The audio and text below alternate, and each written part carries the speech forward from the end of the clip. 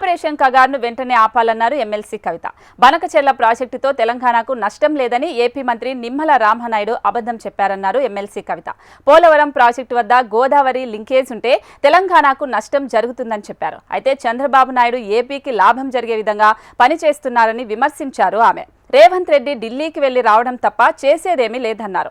Chandrababu జలదోపిడీని అడ్డుకోవడంలో Revanth Reddy paper పులి అన్నారు MLC కవిత. Banakacherla project ఆగాలంటే ఢిల్లీలో లొల్లి పెట్టాలని చెప్పారు కవిత.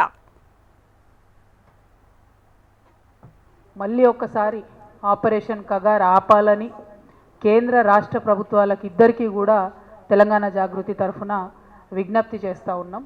ఈ మారణకాండ ఆగాలి, దీనికి ఒక మంచి సొల్యూషన్ని కనుక్కోవాలి, ప్రజాస్వామ్యబద్ధమైనటువంటి ఒక మంచి సొల్యూషన్ కనుక్కోవాలని కూడా నేను ప్రభుత్వాలను రెండింటినీ కూడా డిమాండ్ చేస్తూ ఉన్నాను.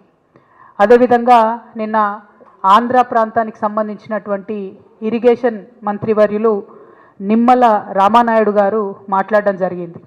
ఆయన మాట్లాడుతూ చంద్రబాబు నాయుడు గారు చాలా గొప్పవారు, వారిది చాలా పెద్ద మనసు, తెలంగాణలో ఉన్నటువంటి ప్రాజెక్టుల మీద చంద్రబాబు నాయుడు గారికి ఎటువంటి ఇబ్బంది లేదు, బనకచెర్ల ప్రాజెక్టు వల్ల తెలంగాణ ప్రాంతానికి నష్టం లేదు అని పదే పదే నొక్కి చెప్పేటటువంటి ప్రయత్నం వారు చేయడం జరిగింది.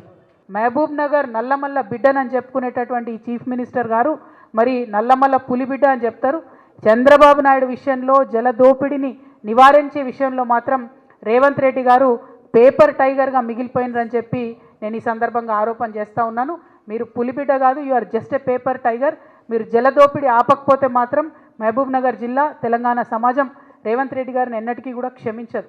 పవర్ పాయింట్ ప్రజెంటేషన్లతోని కాలయాపన చేస్తున్నట్లయితే ముఖ్యమంత్రి గారు ఎందుకు కాంక్రీట్గా అపెక్స్ కౌన్సిల్ మీటింగ్ కావాలని అడుగుతలేరు అన్నది ఇప్పటికి కూడా అర్థమైతలేదు. పిఎఫ్ఆర్ అంటే ప్రీ ఫీజిబిలిటీ రిపోర్ట్ ఆల్రెడీ కేంద్రం యాక్సెప్ట్ చేసింది, అంటే ఇది డీమ్డ్ టు బి అప్రూవల్ అన్నట్టు. దీని తర్వాత డిపిఆర్ఏ ఇచ్చేది ఉంటుంది. డిపిఆర్ ఇస్తే నిధులు కూడా అలకేట్ అవుతాయి. మరి ఆల్మోస్ట్ పనులన్నీ అయిపోతే కూడా ఎందుకు రాష్ట్ర ప్రభుత్వం స్పందిస్తలేదన్న విషయాన్ని మాత్రం నేను అడుగుతా ఉన్నాను. అందుకే ముఖ్యమంత్రి గారు మాట్లాడాలంటున్నా.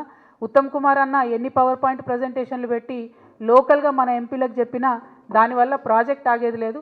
ప్రాజెక్ట్ ఆగాలంటే ఢిల్లీలో లొల్లి పెట్టాలి.